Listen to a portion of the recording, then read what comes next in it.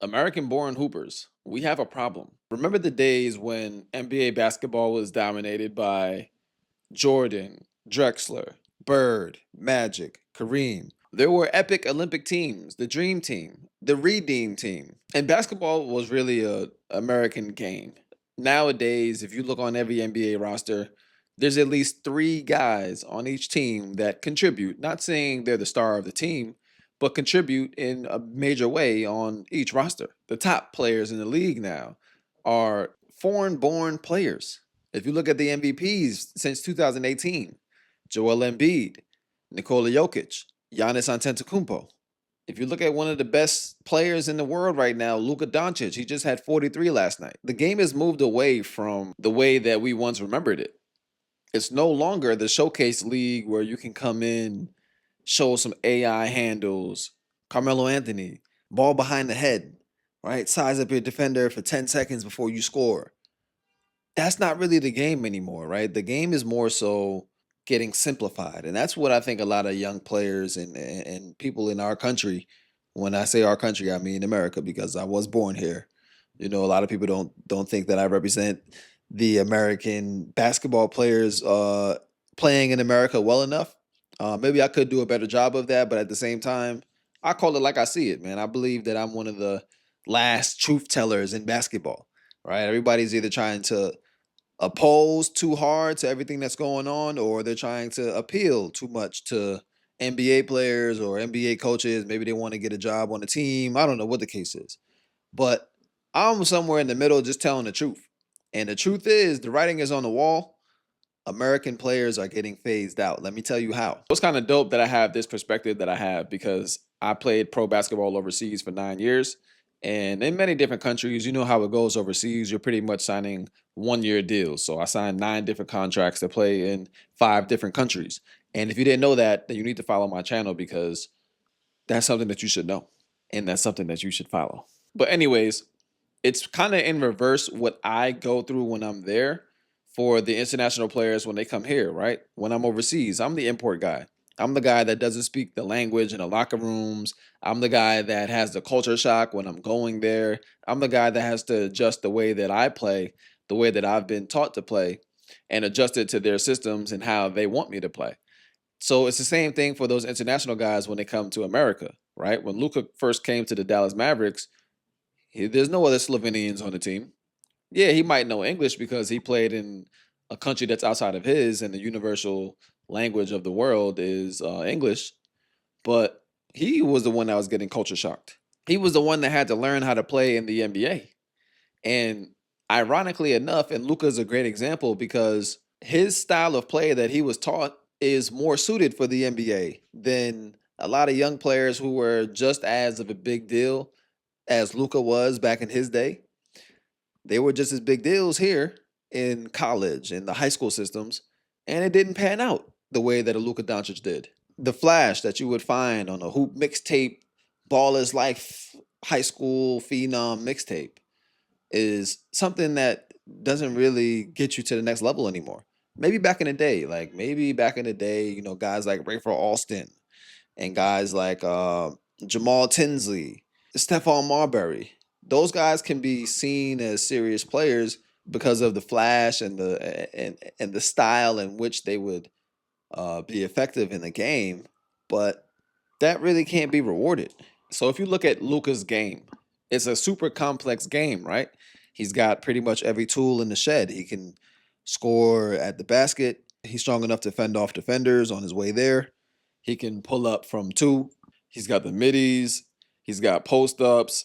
He can score with his back to the basket. He can face up. Also, he can stretch the floor by shooting that three on top of playing pick and roll. But even though I just said a lot of things, his basketball philosophy is deep rooted in fundamental and skill. It's not deep rooted in only finding the angle that you can exploit in order to beat your man to the rim. He's more so deceptively quick because he'll rock you to sleep, change pace, change direction. Shay Gilgis, how do you say that name? Let's just call him SGA. SGA does the same thing, right? SGA is not the strongest player. He's not the fastest player, but he does a great job of changing heights right? He goes from standing straight up to going low. He can change the height level of his shoulders and change as he's doing that, he changes the pace of his movements. And so it's kind of hard because he's catching you out of rhythm, right? You can't really time this guy up. He's going fast, he's going slow. He's tall, he's short. He's tall, he's small, right? And he's super explosive when he's got that low center of gravity. Even though he's 6'4", he gets just about as low as anybody that I've seen. These are simple concepts just rooted in just pure fundamental. And I think that's like a lost art. I don't want to say that our players are not fundamental, but I want to say that the way that we're parading these players, the way that we're teaching our younger generation, you can get ranked in the 6th grade if you can dunk the basketball. Like, who cares if you can dunk a basketball? That's only 2 points. It's not that impressive. Now, I get it. It shows that, oh, he's very athletic. However, being athletic in basketball is a prerequisite. It's not the main dish, I guess I should say it's a starter, not the main. Darius Miles is the perfect example. In his prime, Darius Miles was 6'9", with probably a 7'2", 7'3" wingspan, jumping out the gym. But basketball IQ just wasn't there. And he was able to make it to the league. He was able to get signed to a couple pretty good contracts, right? He wasn't just a one-hit wonder where he went to the league on one contract and phased out. No, he made a serious career. And I think that the guys that come over from other programs where other things are emphasized a little bit more, right? I talk a lot about Giannis on this channel, where Giannis kind of is more interesting because he came over as a raw prospect, which you don't really see too much of. You usually see the European guys, they're usually made men in Europe before they get over here. And when I say that, I mean through the youth systems, they're proving to be one of the better young kids, right? They're playing in the top divisions of their countries, where Giannis came out of the second division. There's a lot of politics behind that move, but that's for another video. And the fact of the matter remains that their programs that they're playing in, I've been overseas. I know how they're practicing at young ages. They play those games where you can't dribble. You can't dribble for the first half of practice. When you do dribble, you got to make 2 reads before you can score. You got to pass it, move without the ball. Like, these are things that, concepts that the NBA is kind of moving toward. If you watch the Thunder play, there's only one guy in the Thunder that's able to dribble, break somebody down, and get into his bag and create something outside of what the coach calls for themselves, and that's Shea. Everybody else is within their role, and they just won a championship. When you catch the ball, you got a second and a half to make a decision. Even the second and a half is too long. That's the max.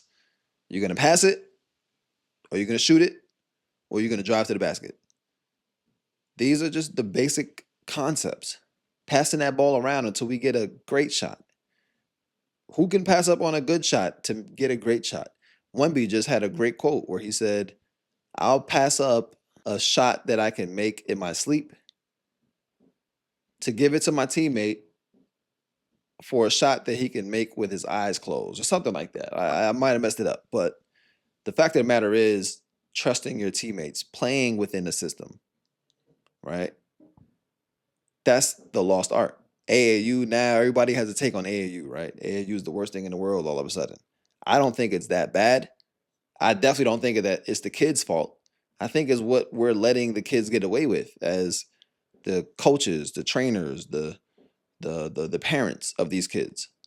They need the direction. They need to learn how to grow up within a system. Maybe it's good to just stick with one program all the way through your high school and middle school development, so you know what it's like to be a part of a team. Because at the end of the day, the players that understand that are the ones that are getting these opportunities to make millions and millions of dollars in the NBA. But that's what I think. That's just my 2 cents. Today, is not a long video. Make sure you guys stay plugged into the channel because, as you know, every Sunday night I drop a mini doc, deep dives on some of your best players, favorite players from overseas and in the NBA. I am the intersection between overseas and the NBA. All right. And this Sunday, we got another big one coming for you. Pause. But for today, I'm going to wrap it up like this. If you guys like the video, like the video. If you got a comment on the video, comment on the video. And if you subscribe to me, I subscribe to you. Peace.